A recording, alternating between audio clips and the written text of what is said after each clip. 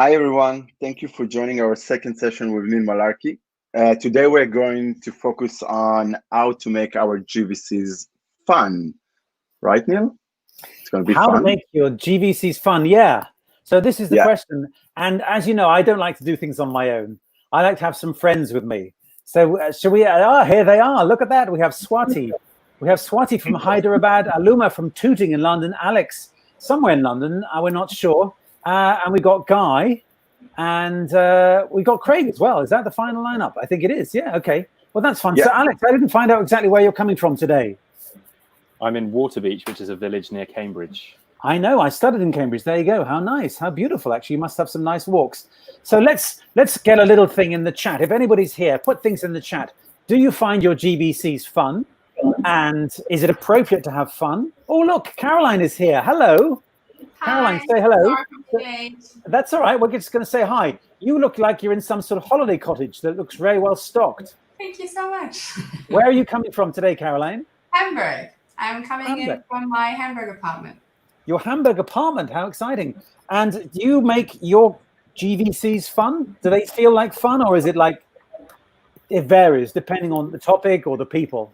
It varies. I try to bring in my personal humor if I can, but it is draining, and I find the moral of people going down the longer we are in home office. That's okay. So we kind of, there was a bit of excitement, then it's kind of going down. There we go. So we're going to go. Please put your chat comments, because in the live comments, and I want to hear what people are thinking.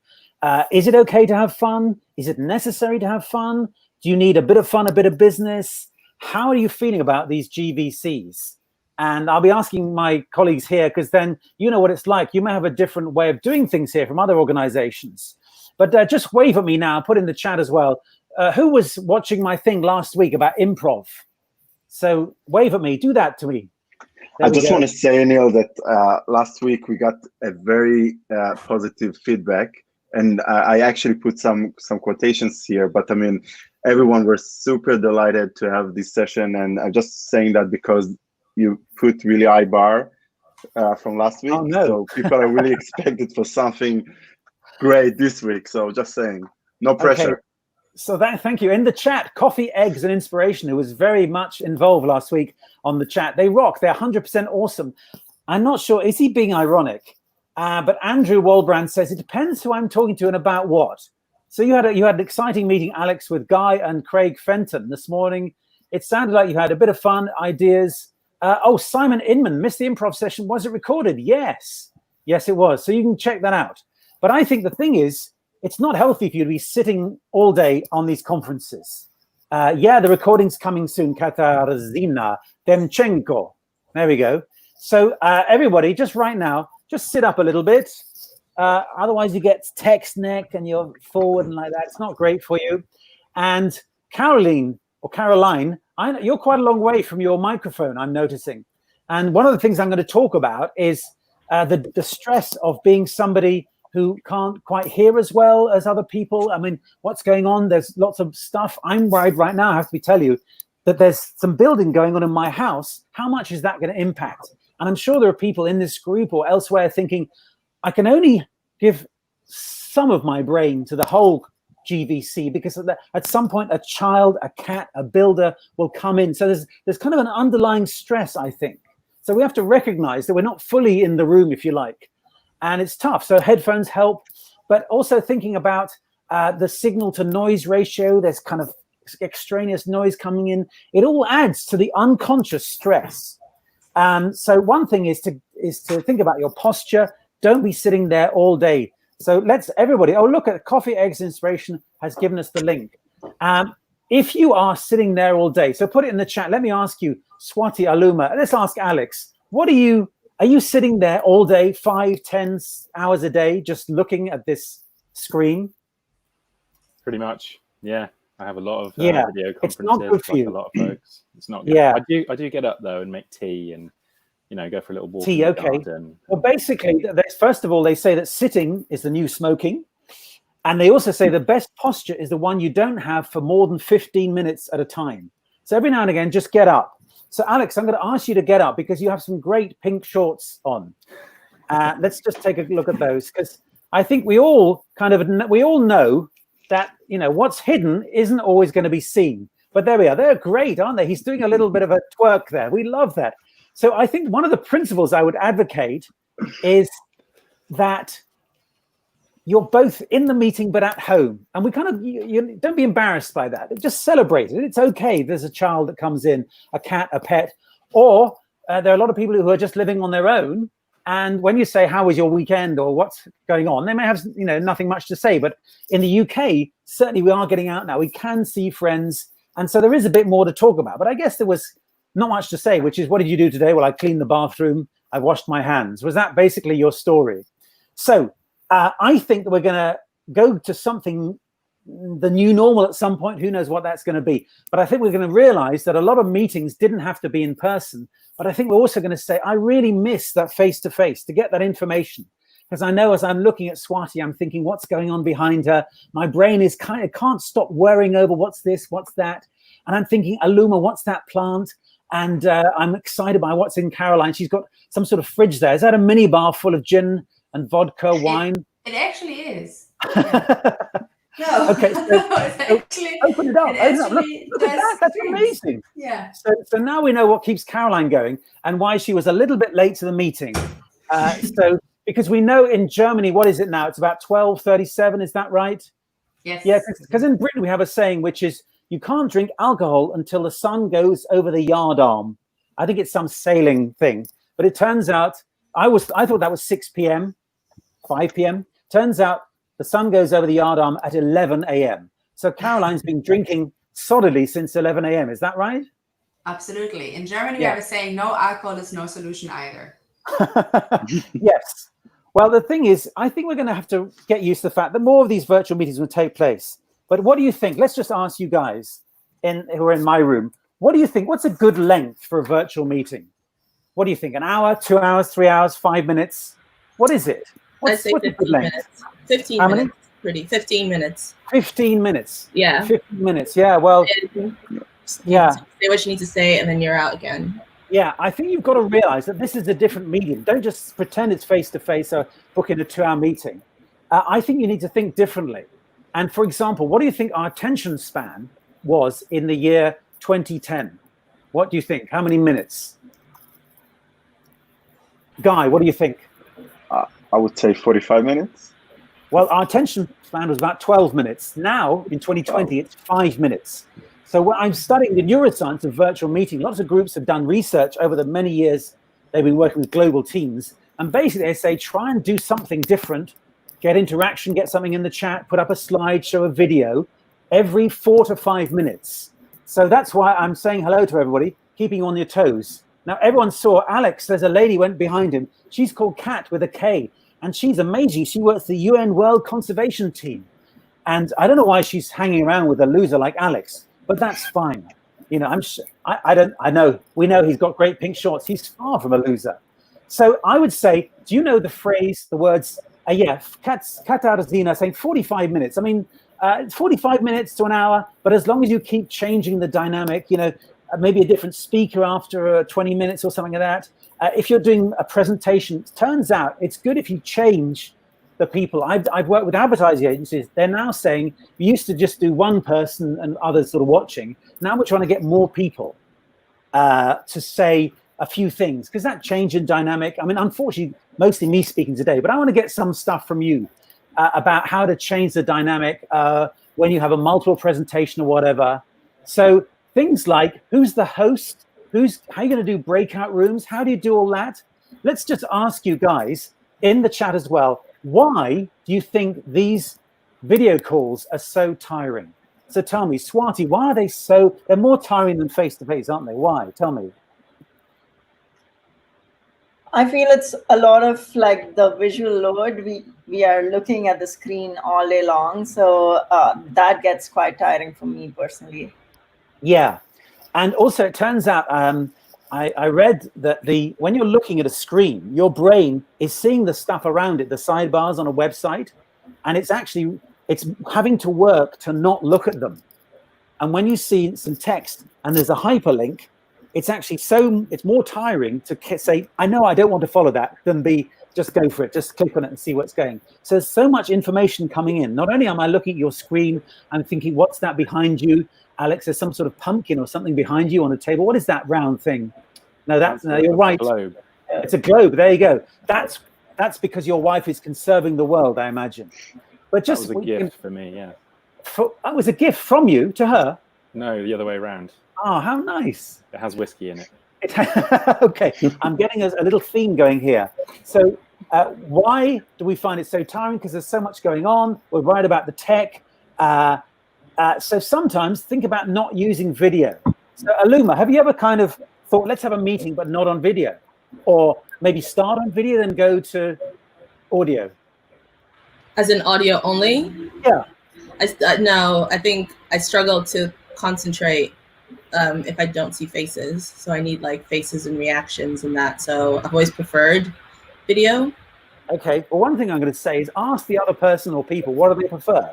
Because, for example, one of my friends is a professor at a business school, and one of his clients, his students, is in Jamaica. And so they're having tutorials right now, and they feel it's better than face-to-face because they have just audio, and they put things in chat, they write things down, so there's less to distract them.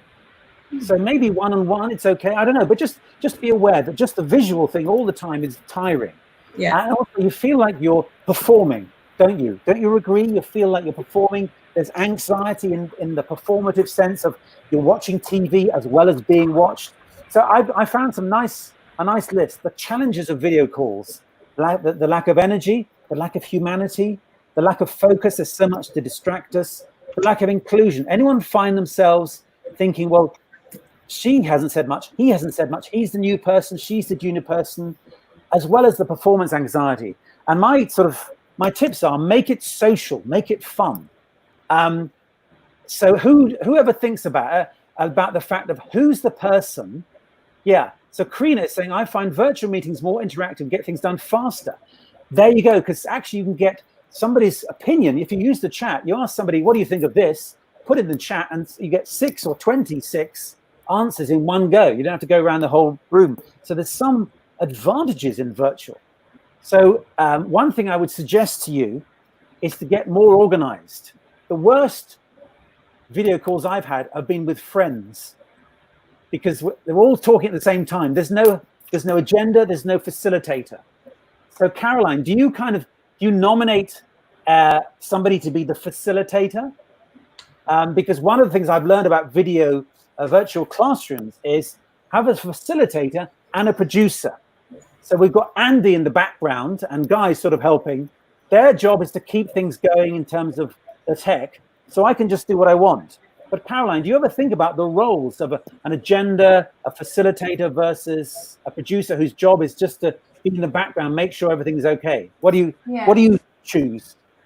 Well, I did use someone with who was responsible for leading through the meeting, and then these content presenters, as well as a third person or possibly the same person who's leading through the agenda, who is making icebreakers throughout the meeting. If we have a long offsite or virtual offsite or long content meeting, using icebreakers or improvisation games to wake everyone up again and changing voice and face.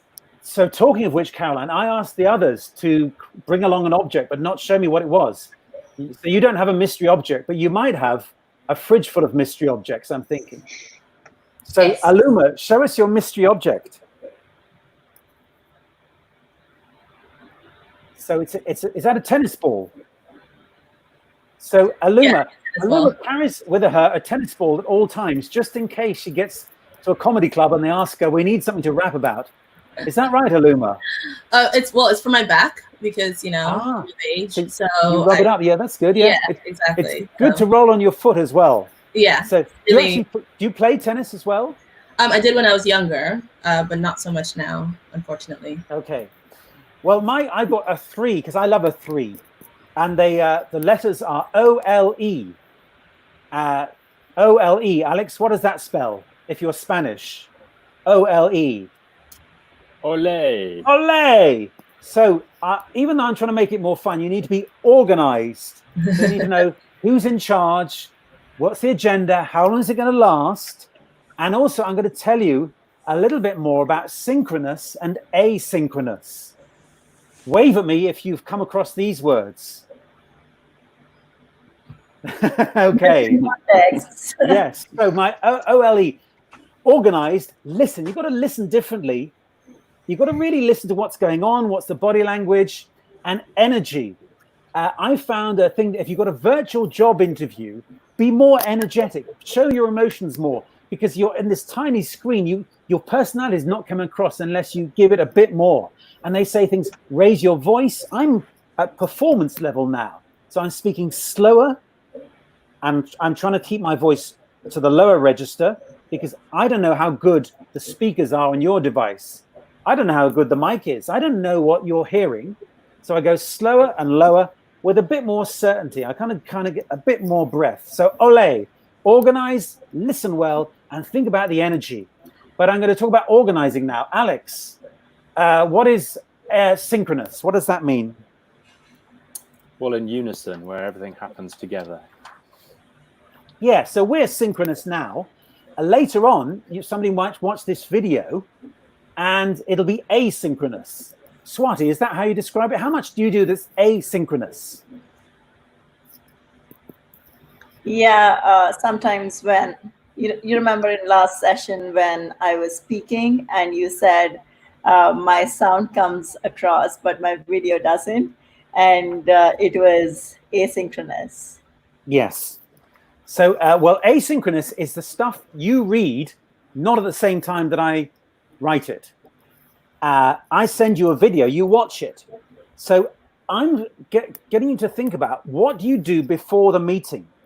One company I work with who run workshops, they say 25%, 25%, 25%. 25% think about the training.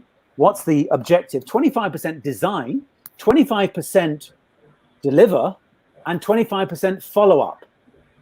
So I'm going to tell you that there's a lot more prep you need to do because this is so tiring. And if you are agreeing with me, there we go. Thank you, Coffee Eggs Inspiration, organized listening energy. There's so much tiring stuff happening during the actual call. Try and do as much as you can before and after. So one ad agency, they sent a video to introduce themselves. What's good about that is the other people could watch it whenever they like. You could make it look good. You could edit it or do a retake. And it's just a bit more fun. Because all right now, we're having to cope with each other's bandwidth and so on and so forth. I know Virgin Media isn't doing what it should be in tooting. Is that right, Aluma? How is your Wi-Fi, Caroline, today? I hope it's good. Seems good to me. It's not. Seems good to me. Because I think roughly, we all said how long we think it should last. I think that a virtual meeting should be about half what a regular meeting should be. About half the time, which means you've got to get more in. And one agency, ad agency, they said they used to do a pitch for a half day. Now they've done 5 separate bits spread over 10 days, which is just easier to digest. It also meant that the person could feedback on the first couple, which meant they could make the later ones better. So start thinking about, can we chop this up into smaller pieces? What can we do beforehand so the time that we're together is really optimized? For example, how much, Alex, you be having a busy call with Guy this morning and Craig, you started at 7 a.m. You're going to go to 7 p.m. Is that roughly right? What do you think? No, I don't work that hard. I started at roughly 9. And then, well, I have a client virtual wine tasting event this evening at about 4:30. Oh, right. Well, so you're waiting until 4:30. Caroline doesn't wait at all. She's what time did you start? Yeah. 10:30, drinking maybe. But just think about, it's really bad for you, for your posture, for your brain, to have back-to-back meetings. And of course, what happens with your diary? It defaults to the hour. So make sure you start 10 past or finish 10:02 or default to half an hour or 25 minutes. Because the research says, they ask people to do a task. Do this task. Now do this task. They've made them start the second task before they'd finished. So what were they doing? They're trying to do task B, and they keep thinking about task A. So in real life, we used to be able to walk down a corridor, at least get a moment of decompression. Now we have no time. Who finds himself struggling to finish one meeting before the next one starts? Definitely. So get out early. And if you're the host, finish early, okay? And be generous to people by doing a summary 5 minutes, at least 5 minutes before it's due to end, this is what we decided. Thank you, Alex, for being so great. Thank you, Caroline, for not drinking too much. Aluma, we love your tennis ball, or whatever. Sort of summarizing what's been going on, who's going to do stuff. Somebody's maybe had to commit to some action they didn't want to do. I don't know. Does that happen to you, Alex, or do you make Guy do all the hard work? I got actions this morning in the meeting, even though. Oh, no. So when are you going to do those? Alex got the job today. He got, okay. So you start saying things, get out early. And also, it's great, Caroline, to hear that there's lots of sort of icebreakers, interactions, because we're not very creative if we're sitting still and doing the same thing, just looking at the same screen. So start thinking about the importance of joining a meeting early. Sorry, Caroline, but I had sort of 20 minutes to get to know Alex and Guy, Swati, Aluma. And it was great. I mean, I didn't know them, they know each other. But I would say, again, the people I know who've been doing global teams for a long time, they say start the meeting at, say, 11, but encourage people to come at 10:50 and use the 10 minutes just to kind of get to know each other, have fun, have a laugh. Because, again, the research says that if you start the task straight away, you're not as creative as if you kind of created some sort of cohesion. And Swati, do you know about in-group and out-group? No, I haven't heard about that. Aluma, do you know about in-group and out-group? Well, it's a psychology term where we tend to say in-group, they're my group, I'm in that group, and there's out-group, I'm outside that group. You could say, you think of, evolutionary psychology. This is the group who I share my food with. I'm in the camp with them. I gather around their fire. They're my family, my kin. These are outsiders. There's still that sense. Even now, we have that. We can't help it. It's sad, but we default to assuming people are out group until we've learned otherwise. So the more you can make people feel part of your gang, because if you're feeling it with your in group, you feel more comfortable. You make fewer cognitive errors, and you process things better. If you're working with out group, you're kind of there's a feeling, is this a threat? And so let me give you an example. Have you ever seen pictures of people working in hospitals during the COVID crisis? And they've got the visor and the face mask and stuff. There's no humanity there. So they have taped a photograph of their face on the front. Has anyone seen that? Because they want to show that behind all this, there's a human being. And that showed, again, we like looking at faces. Have you ever, Guy, been emailing somebody for months, weeks, days, and then you meet them in real life? And when you meet them, suddenly you feel closer to them. And then when you email them thereafter, there's a more of a trust. Do you find that? Yeah, of course. I think interaction with each other is always better. Rather than just send an email or ping. Yeah. So face to face is always feel closer and better. So the thing is that we're stuck now with 2 dimensions. So do whatever you can, because the other thing is, I teach a course on leadership in the moment at London Business School, and they have a whole section about side meetings. Do you know what I mean? Aluma, do you know anything about a side meeting? I think, but here we kind of use them like they're not allowed. We do trainings and stuff to say, because it's like not compliant, right? To have a side. Oh, I see. Okay. Yeah. Well, maybe, what I was going to say, something else. Well, I was going to say, what I'm talking about is, how do you get to talk to people in a way that feels less stressful than a group meeting?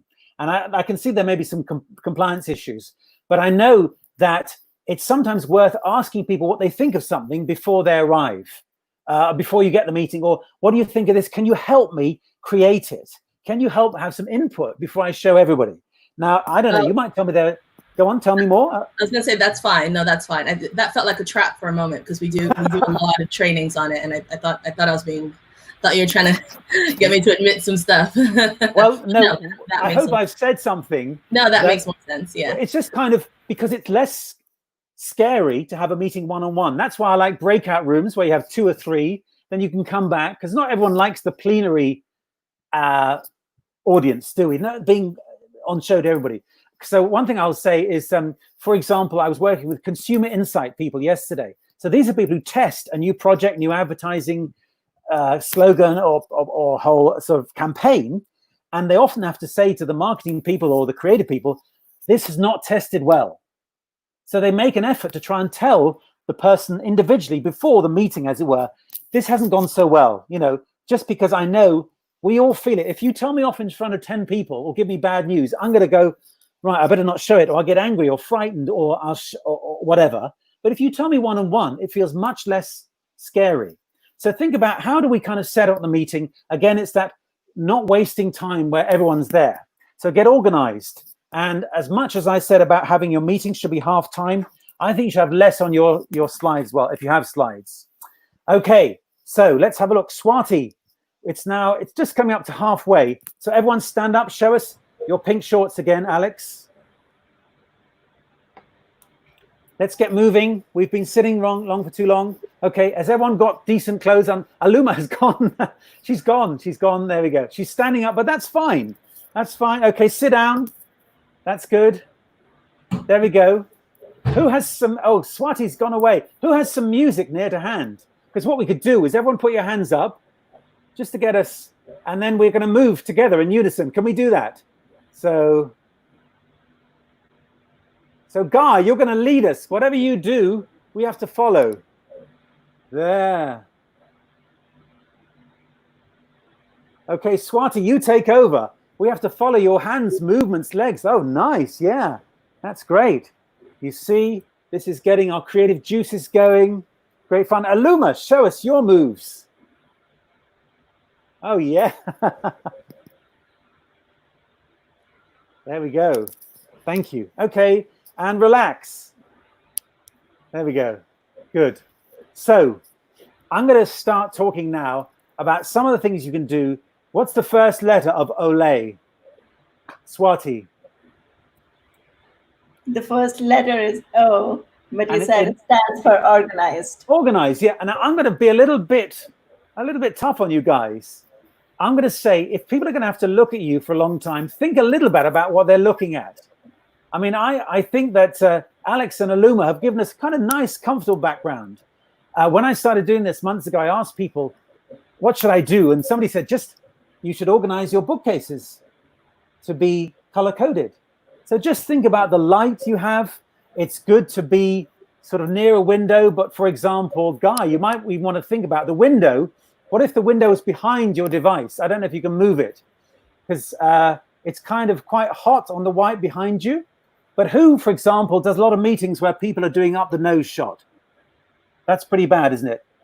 And if I'm doing this, do you see people do this? How much do you think you will listen to somebody who's doing this? We can't help but feel this person is small in the shot, and therefore I shouldn't listen to them. Or this person's just a bit too overbearing. Or this person's not quite centered. Or this person's really badly lit. So just think a little bit about your background. I know, for example, it's good. Where do you think I'm looking at now? Where are my eyes? Just Caroline, where are my eyes looking? At the camera. And then I look at Caroline. You see, there's a very slight difference. Now, all of us had a slight look one way or the other. When I watch myself on video, I hate it because I can see I'm never straight on, but I'm trying to be straight on. So who's got a green light on their device? Show me. Yeah. Caroline, what do you have? Where does the camera come from? Is it a green light? Yes. So yeah. Before it wasn't built-in camera in my laptop, and I used to look like this, not really straight in the eye. But now I look the speaker hopefully directly in the. Yes, you are. I mean, if I'm far enough away, it doesn't really matter. But just see, there's a difference, especially if I'm looking down. If I'm looking down, it doesn't look like I really believe what I'm saying. Somehow I look not as bold as I would like to. So one of the things I want is to elevate your presence. So it'll be a little louder, a little slower, a little more energetic. Think about the frame people have to look at. Because, of course, one of the things that makes video conferences so tiring is we don't get much feedback. So I would encourage you. That's why I like looking at the chat. So Coffee Eggs, he likes the dancing. Shane Smith is saying, let's do some limbo. But just think about how you can be more supportive to each other. And when I've seen this done well, people putting in chat saying, hey, that was a great point. Thank you, Guy. Well done. I like your background, Swati, whatever. And of course, in real life, I can give eye contact, and that's why I'm saying things too, or I can give you a cue to speak. That's why I try and use names wherever I can. So otherwise we talk on top of each other. It's a bit of a mess. So start thinking about using names and how do I involve people every now and again? Guy, does anyone do this really well? Have you seen a kind of maestra or maestro of virtual meetings? Tell me about that person. Have you met somebody who's really good at it somehow? Actually, yes. I think Good. within our GTM team, we have few people that are really good with virtual meetings. And if you want to break it down, and everyone else put it in chat as well, what is it that that person or those people do that could work face-to-face or virtual, or what is it specifically in virtual that they do that you feel works? So first of all, they're very direct, talking straight to the point, short and sweet. So the message is very clear. Yes. And also they're really funny. Funny, okay. Well, the thing is, not everyone's funny. Yeah. It's tough on people who but aren't for funny. for the other things, like, you know, it's a practice thing, right? So you can work on the way that you're styling your presentation style. And yeah. Well, I'm going to give a tip to everybody. For example, I'm standing up, so I have a different kind of energy. So my voice is easier to project. But also, I said that not everyone can be funny. Of course, I don't believe that. I train people to do improv comedy. And one easy thing to do is to do a thing I've done today, and I always try and do, is kind of loop back to stuff before. It doesn't have to be a joke, but I just kind of bring back a thing from before. So, you know, just mention things, Caroline's alcohol consumption, Aluma and her tennis, for example, Alex's shorts. Okay, let's just break the myth. Caroline, we know it's not drinking too much. She just has a very full fridge of alcohol and nothing else. Absolutely. That's fine. Yeah. But to tell us, anyone else want to tell us some really good moments where they've had a GVC that kind of works really well? You got the work done, but also it felt like it was a pleasant experience. Anyone tell us some particular experiences and what led to that? Yeah, so I think Alex. somebody who controls the meeting and kind of invites individuals to speak at the right time, because then you don't end up talking over each other and everyone gets a chance to have their viewpoint. That can work, you know, sometimes a lot better than face-to-face meetings sometimes. And interesting, yes. Aluma, you were going to say something. Yeah, I was going to say, I attended a GVC where the person who arranged the meeting welcomed everyone, every single person who came in, and said a specific hello to each person. So that was quite nice, like, oh, okay, yeah. As opposed to kind of just arriving and then everybody jumps into everything. So like taking the time to that's good. Greet everyone. Also, if you say hello, they'll tend to say hello back. Yeah. And if I've said something, I'm much more likely to feel I can say something later. Yeah. Because the more you wait to speak, the more the stress builds up. And so, for example, there's a book called Quiet by Susan Cain, C-A-I-N, like Cain and Abel. Anyone come across this book called Quiet by Susan Cain? It's all about introverts and the fact that many introverts have gone on to great success, even though it looks like our society will reward the extrovert, the one who talks loud, talks the most. But she said a good tip for people who are introverts is to make sure you speak early in a meeting. And she was talking about face-to-face, but why not in virtual as well? Because first of all, it means you've kind of broken your virginity, you've kind of said something. And also because you may be slower, more reflective, and people know you as somebody like that, you might say things that actually other introverts say, oh, right, well, she or he has set the tone. It's not just going to be the loud person who talks all the time.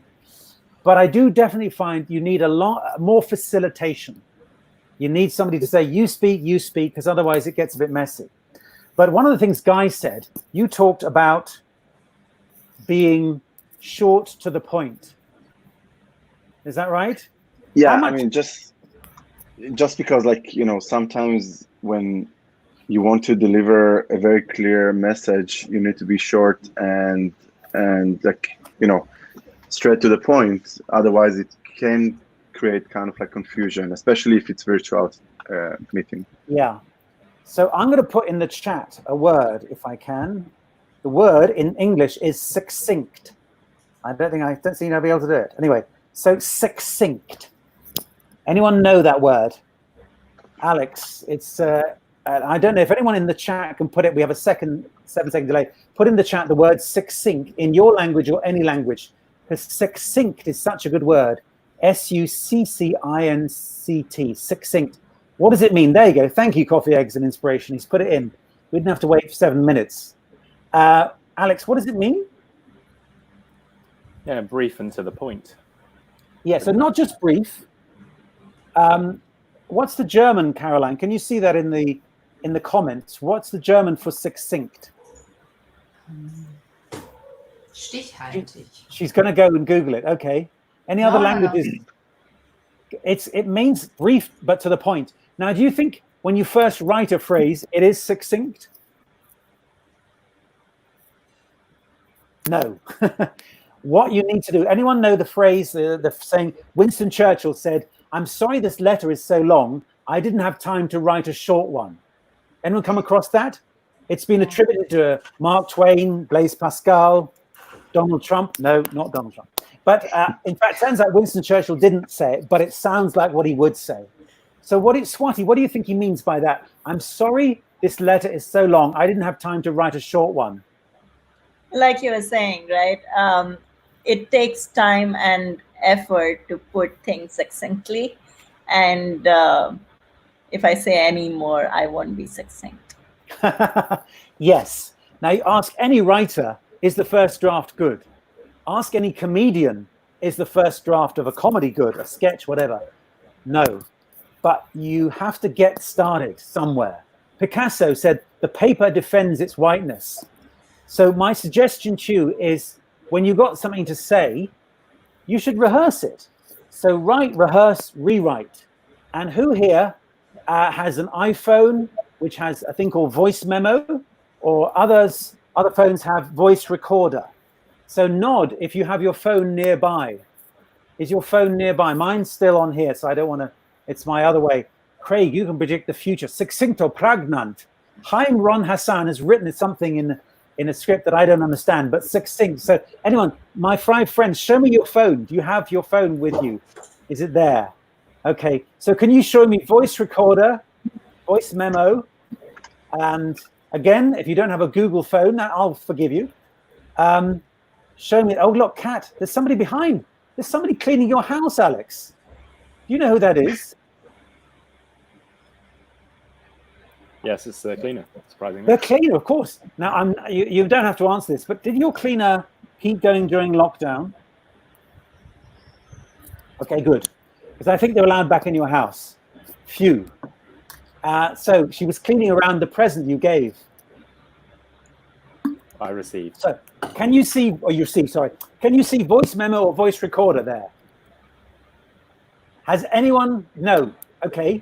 So somebody, if you've got it, bring it right close to the camera and show us the app you have. Voice recorder, voice memo. It's really, really useful. So it's actually a built-in app now. It's built in. It's built into most phones, yeah. And what's great about it is, there you go. Swati, do you have it? Or are you on your phone for this? No, I don't have it. And I do have a Pixel phone, so I don't know. It is built in. It is built in. Some people it's called Recorder. Recorder, yeah, Recorder. You It should be on. There should be some, but yeah. Find Recorder. What's good about it is when you're preparing something, and even for a meeting, not a full presentation, get some words down. It's hard to write. It's hard to write, but it's easy to write like this. When you're speaking, you say, maybe this is a good phrase, and then it's recorded. And then what's good about that is, first of all, you're getting the ideas down without much effort. Secondly, you're thinking about the spoken word, not the written word, because so many presentations, somebody's written them like this, or they've gone to PowerPoint or whatever, and then they have to try and say, how do I say that, which is so well represented graphically? So start thinking first your story, what are you going to say? Listen to your voice recorder and listen to it back, then write some notes, then play again some things, then write again. So by the end, by writing, you sort of rehearsed it. You sort of learnt it. So initially use Recorder for getting ideas together, and later when you have a script, at least listen back. And maybe you don't do it word for word every time, but just gently getting at least 80% of roughly what you'll say, so it feels natural but also confident. Because what happens when you haven't at least run through the words, set them out loud, you're talking, I'm sure you've seen this, talk. I'm thinking, I don't know what the next thing is. Oh dear, if I keep talking, somehow it'll come to me. No, it's gone. I'll start, I don't know what I'm saying. Help, look down, what's going on? I've no idea, help. And it doesn't look as good as if you slowly check your notes. You could have notes. Good again. So my notes are up high. I'm trying not to look down. Yeah, they could be on screen as well. Anyone ever done some rehearsal? Wave at me and I'll speak to you. Caroline, have you ever rehearsed? Okay, great. Alex, Aluma, okay. Aluma, tell us what you do. What's your rehearsal process? So I actually, I had a moment a little while back where I watched, I was preparing to speak at an event, and I saw quite a senior leader rehearsing and pacing back and forth. And I was like, why is he doing that? He's so good. Like, why is he rehearsing? And when I kind of asked, he was like, well, that's how you get good, right? Is you have to practice. And that was the first time that connection actually happened. So ever since then, I always will go over and over and over and over what I'm going to say, or the content I'm going to present, or whatever it is, countless times beforehand.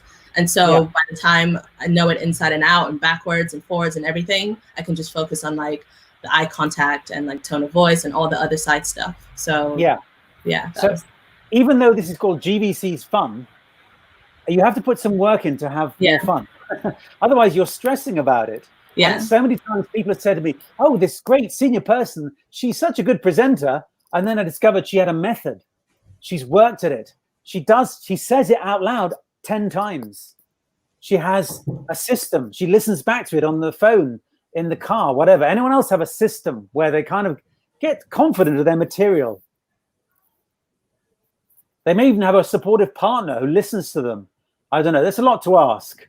That's why Recorder is quite a good thing.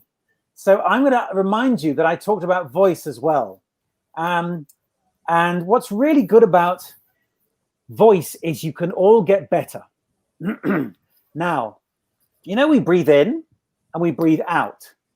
When do you think is the speaking happening? On the in or the out? The out. Sure. Right. Apparently, there's some tribe in Kenya where they can both breathe in and speak, but I don't know how they do that. So what do you need to do before you speak? Breathe in. There you go. Does anyone have any breathing process at all? Does anyone do yoga or mindfulness? Put it in the chat if you do, because there are lots of breathing techniques out there. The main thing is make sure you breathe in enough and let it out slowly. So everyone, you have to stand up now. We need to see the pink shorts again. And what we're going to do is we're going to breathe in. So Guy has some nice blue shorts, I think.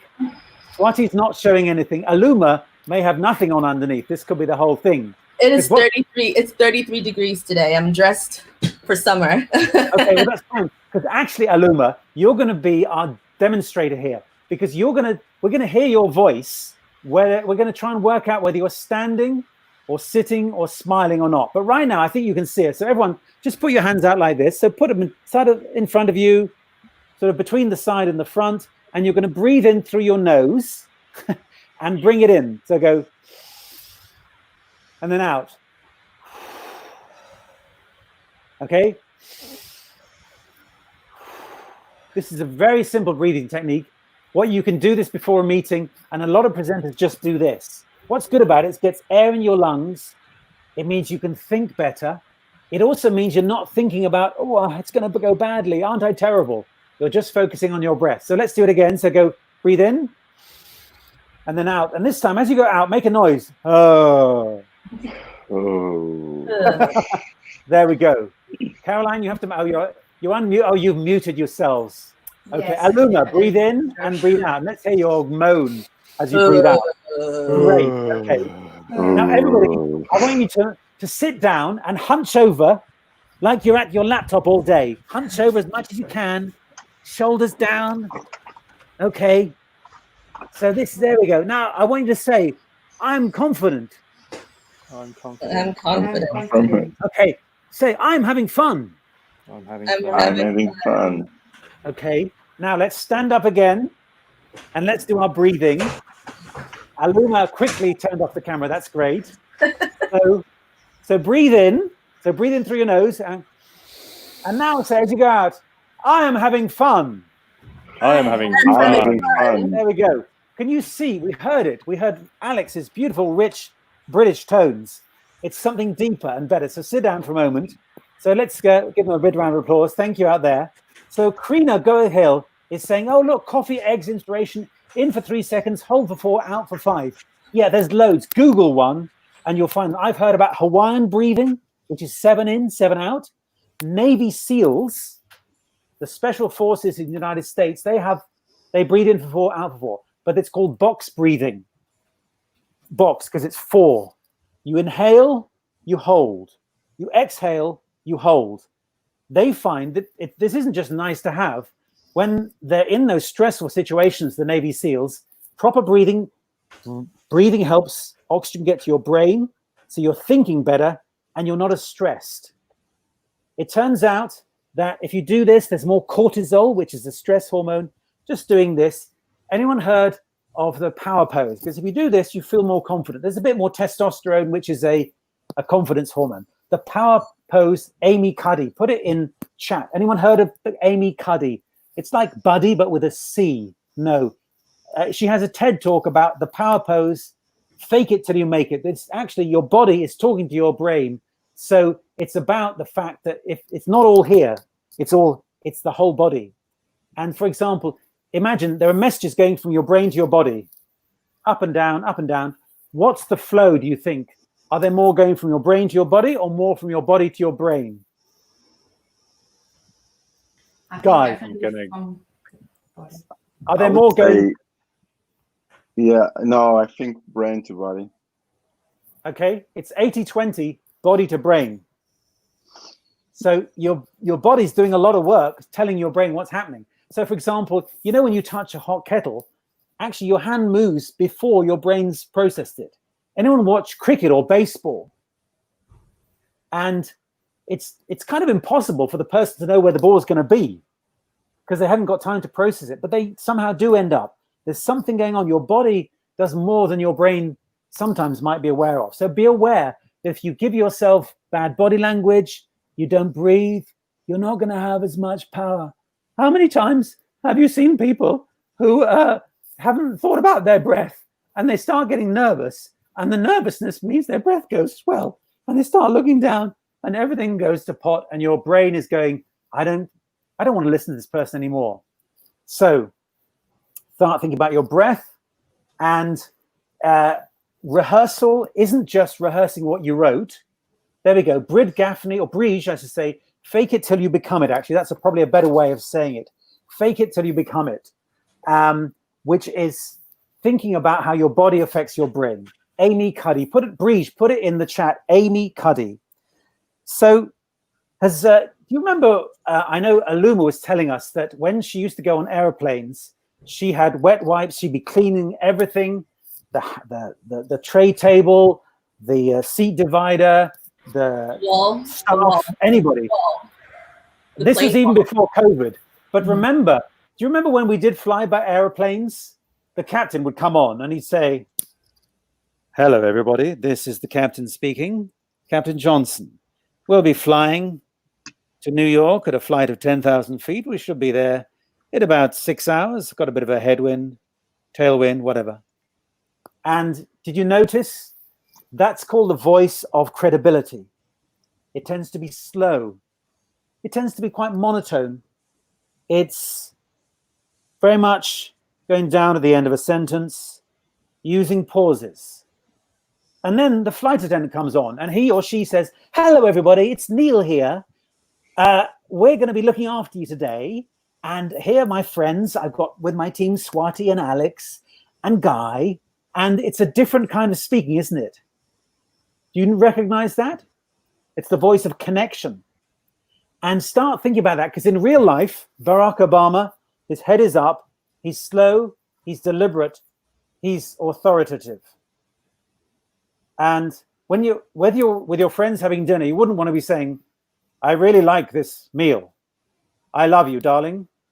Let us get married. You wouldn't do that.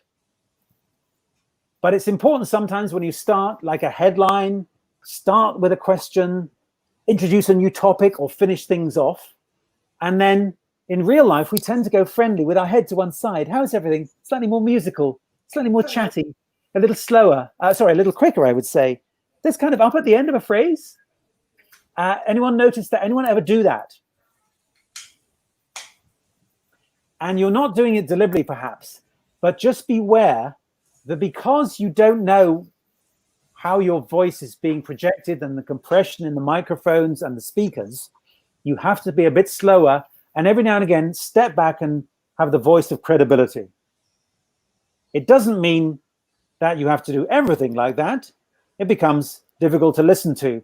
But just be aware sometimes that you might want to tell a story that's kind of interesting and people aren't sure. How does it have relevance? I'm not sure. There's kind of a sense of emergency. What's going on? I'm not sure. And then you step back and you make your point. Now, this is where you can listen to the recorder and notice, oh, right, that's a bit where I need to pause, go credible. Oh, that's a bit where I know a connection, you know, that's a story, that's a sidebar thing. Okay, so think about that. So everyone, you have to turn off your cameras now and we're going to listen out. And also people on chat, you're going to listen out to see whether they are standing or sitting. And I'm sure, because I know people who, when they have a tough phone call to make, they stand up. And when they're with their friends, they might sit down. So think about that. When I worked in Hollywood writing movies, there was a guy who had a telephone cable. This is before everyone had cell phones, but the cable was about, 10 meters long. So he could walk around everywhere and get into the zone. And I'm sure you've seen people who are on cell phones and they're doing all this because we need that extra sort of energy to really articulate what we're trying to say. So Guy, I want you to say hello, and then we're going to work out whether you're standing or sitting. Just say hello. Hello. Okay, so unmute the other guys, put it in chat as well. Do you think he was standing or sitting? Alex, what do you think? Tough one. I'm going to go with standing. Caroline? I think with standing as well. Yeah, okay. So were you standing or sitting, Guy? Unmute yourself. Standing.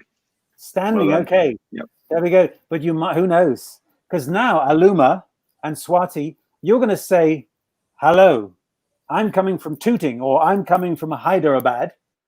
And you're going to sit, but you're going to smile. So sit down, but smile. So with a smiley face, because I'm sure every sales course says to people before you pick up the phone to a client or would-be customer, have a smile because it comes through in your voice. Okay, Swati, give us say just what I said, but with a smile. Hello, I'm coming from Hyderabad. Okay, now Aluma, you're going to choose whether you frown or smile, and let's see if we can decide which one it is. So choose to frown, choose to smile. Which one is it? Hello, I'm coming from Tooting in London. Okay, so Alex and Guy and Caroline, do you think she was standing or sitting? I think she was sitting, but was she frowning or smiling? I think she was frowning and trying to pretend that she wasn't frowning. Well, I've got a feeling that Aluma has a natural smiley voice. But Aluma, unmute yourself. Tell me, what were you doing? I was frowning. You were frowning. Now, the thing is, some of us have kind of a natural energy. And dare I say that Aluma studied at an American school. She has the kind of voice that Americans, I tend to find they're fairly energetic voices. And when I say to some Americans, that's because often you have to do show and tell, which some people have to do every Monday, what happened to you on the weekend. So they're used to presenting. And then turns out some Americans never did that. But let's try one. Now, Caroline, you can choose whether you're sitting or standing, frowning. So you're going to do a combo: frowning, sitting, standing, smiling, whatever. We'll try and work it out. So listen carefully. Caroline, you'll say, I'm coming from Hamburg. I'm coming from Hamburg. Okay, what do you think? Swati, was she sitting, standing, smiling? It felt like she was sitting, and she was smiling, I guess. Okay, Caroline, which of the two were you doing? I was sitting, but I wasn't smiling. Okay, so everyone, so put your cameras on. So reveal yourselves. Thankfully, Aluma is sitting down, so nothing embarrassing. I'm going to say one thing is, did you know? Do you get the sense that Caroline is in a room with not much softness? Little bit of an echo. It's a little bit of an echo. It's interesting that there's not much soft furnishing there, whereas Alex, he's surrounded by cushions and soft human being. So I don't know how far you are away, Caroline, but I found, again, the neuroscience group said that you should be about 1 foot. That's 12 inches. I don't know what that is in centimeters, but is it 30? I don't know. So I don't know whether it's because you're far away or because there's a lot of hard surfaces in the room where you are. There's wood, there's metal, I'm suspecting. So I don't know whether you want to cover yourself in a duvet, but when lockdown happened, my voice agent, I do voiceovers for ads sometimes, she said, make yourself a cupboard with lots of duvets and blankets and towels, because then things sound very different. You want that kind of sound, don't you? I know that when you listen to somebody on the internet, you're struggling sometimes because of the signal to noise ratio, but you can listen to the radio or podcast for a long time. So just be aware, Caroline, and anyone else out there, how do you feel? Because I suspect, Caroline, you can't hear that you sound quite echoey. So just think about that. Okay. So I'm going to get everyone now just to take a big breath, and I want you to do your captain voice. Okay. So Guy, you're a little bit slouched. I know, keep your camera on. Let's keep the camera on because we've just got a couple more minutes. Everyone do your captain voice. So taking a big breath and say, I'm Captain Guy. I'm Captain Alex. I'm Captain Aluma. I'm Captain Swati. I'm Captain Caroline. Okay. So take a big breath. Alex, go. Hello, everybody. I'm Captain Alex. Today we're going to fly at 30,000 feet and arrive in New York in approximately 5 hours and 35 minutes. That's good. I'm hearing something coming from somewhere. I'm not sure if that's Swati's off at the moment. So, Guy, give us your captain. Saving the world. Oh, right. So, Cat is saving the world. Guy, off you go. Hello, everyone. Thank you for joining our flight. I'm Captain Guy, and I will take you straight to London today. Good. I felt there was plenty of breath there. Caroline, give us your captain voice. Hello, everyone. My name is Caroline. I'm going to be on point. Put your seatbelt on. We'll be flying to Hamburg. Thank you. Aluma. Sorry, I'm overthinking now. I'm Captain Aluma. Don't overthink. Hello, everybody. I'm Captain Aluma. There you go. And notice when you took a big breath, her voice went slightly deeper. If you think about breath, that's fine. That's good. Think about just going slightly deeper, because Amy Cuddy, again, I mentioned before, she found that we tend to be attracted, boys and girls, to deeper voices. So try and find the deeper register. It's a great way of making yourself slow down and take a breath. So Captain Swati, unmute yourself and just say, hi, I'm Captain Swati. Hi, I'm Captain Swati. Good. Okay. So again, the three things are lower, slower, more certainty. What does OLE stand for? Anyone want to tell me? OLE. Organized, listening, and energetic. Yeah. So be really listening and not just listening to what people are saying. So Alex, show us the mystery object you had.